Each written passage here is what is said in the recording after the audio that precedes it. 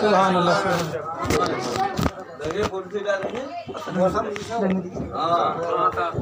میرے سامنے کرام السلام علیکم ورحمۃ اللہ وبرکاتہ۔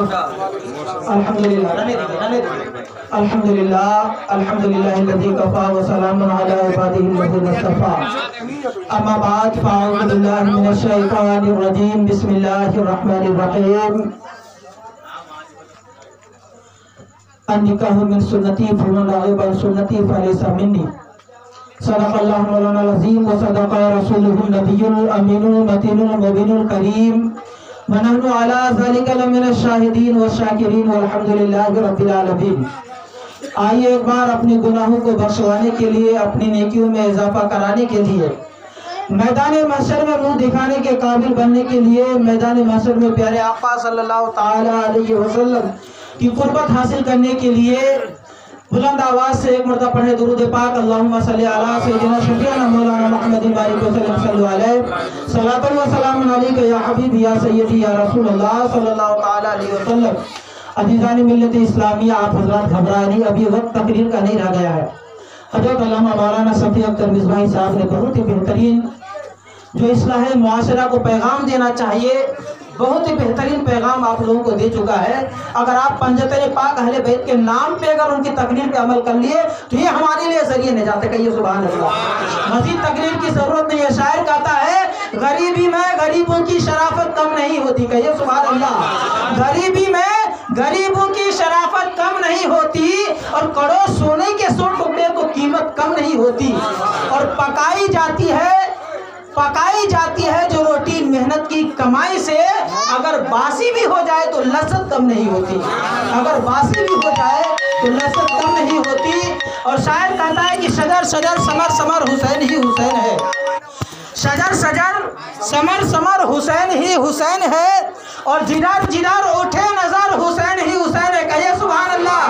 آج جو ہم لوگ اس محفل پاک میں بیٹھے ہیں یہ امام حسین کا صدقہ ہے۔ شجر شجر ثمر ثمر حسین ہی حسین ہے، اور جدار جدار اٹھے نظر حسین ہی حسین ہے۔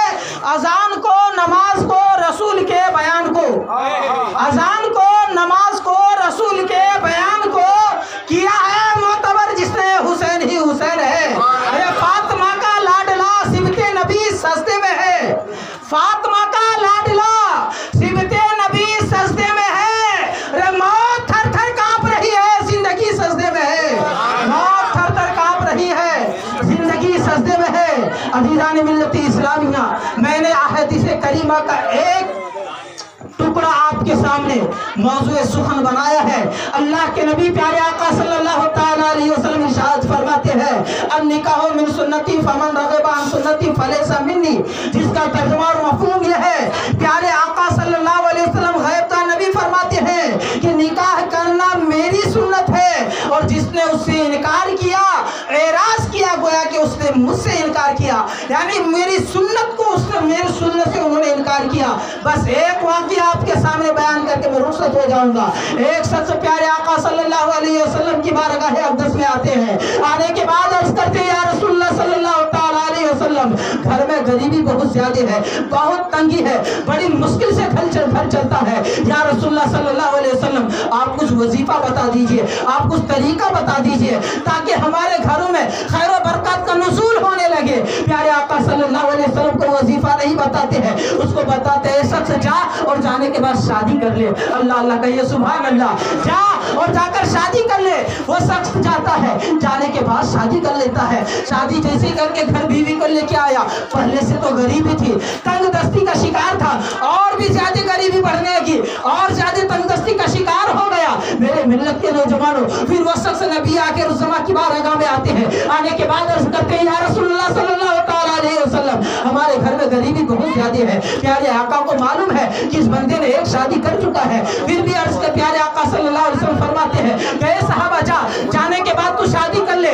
پیارے آقا صلی اللہ علیہ وسلم کے فرمان کو سننے کے بعد وہ شخص جاتے ہیں، جانے کے بعد دوسری شادی کر لیتے ہیں، پھر کچھ دنوں کا وقفہ گزرتا ہے، غریبی میں کمی نہیں آئی، اور زیادہ غربت۔ اب وقت ایسا آ گیا کہ اب وقت ایسا آ گیا کہ چولہا تک بند ہو گیا، گھر میں کچھ نہیں नहीं है, खाने पीने के कोई गल्ला नहीं है, चावल गेहूं आटा नहीं है कि घर चूल्हा जल सके। अल्लाह अकबर मेरे मिल्लत के नौजवानों। फिर ये नबी आखिरुज़्ज़मा की बारगाह में आते हैं। आने के बाद अर्ज़ करते हैं या रसूलुल्लाह सल्लल्लाहु तआला अलैहि वसल्लम, घर में गरीबी है, कुछ वजीफा बता दीजिए मेरे मिल्लत के नौजवानों। फिर प्यारे आका सल्लल्लाहु अलैहि वसल्लम फरमाते हैं कि जा करके शादी कर ले। वो सर से जाता है, नबी आखिरुज़्ज़मा की बात को सुनता है, तीसरी शादी कर लेता है, तीसरी दुल्हन को अपने घर लेकर के आता है। जैसे तीसरी दुल्हन उसके घर में आती है, लेकिन गरीबी नहीं गई है, तंगदस्ती अभी नहीं गई है, अभी और ज्यादा गुर्बत के शिकार हो जाते हैं, और ज्यादा परेशान हो जाता है कि अब करें तो करें क्या करें। नबी आखिरुज़्ज़मा का फरमान है कि शादी करो, लेकिन उसको यकीन था कि जब नबी आखिरुज़्ज़मा बता रहे हैं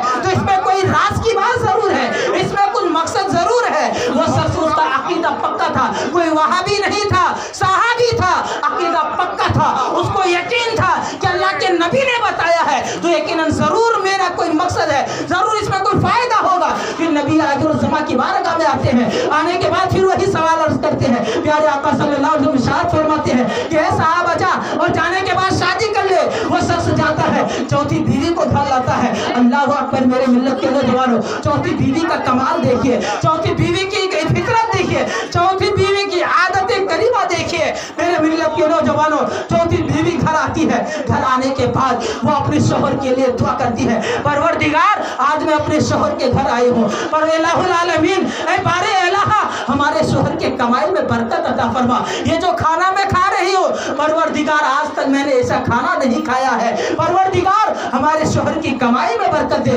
मेरे मिल्लत के नौजवानों, वो बीवी आते ही जैसे ही अपने शौहर के हक में दुआ की है, अल्लाह तबारक व तआला की बारगाह ऐसी में वो दुआ कबूल हो जाती है और इतनी रहमतों बरकतों का नुज़ूल हो जाता है कि उसकी गरीबी सारी दूर हो जाती है, गरीबी चली जाती है। मेरे मिल्लत के नौजवानों, मकसद ये है, पता क्या चला इससे? दो चीज पता चला। एक तो पता ये चला कि 4 शादियां करना इस्लाम में जायज है, यानी एक साथ 4 शादियां कर सकता है, लेकिन उसके लिए भी हुक्म है कि जब वो सारे हुकूक को बराबर अदा कर सके सारे बीवियों के, तब वो कर सके, वरना फिर उसके लिए हुक्म नहीं है। और दूसरी बात इससे हमें पता ये चला कि उन्हीं के घर में जो 3 बीवी आई थी, वो तीनों जो है तो ऐशो इशरत में जिंदगी गुजारी हुई आई थी। वो कोई गरीब घराने से नहीं थी, वो अच्छे दौलतमंद रोसा की बीवी बच्ची थी।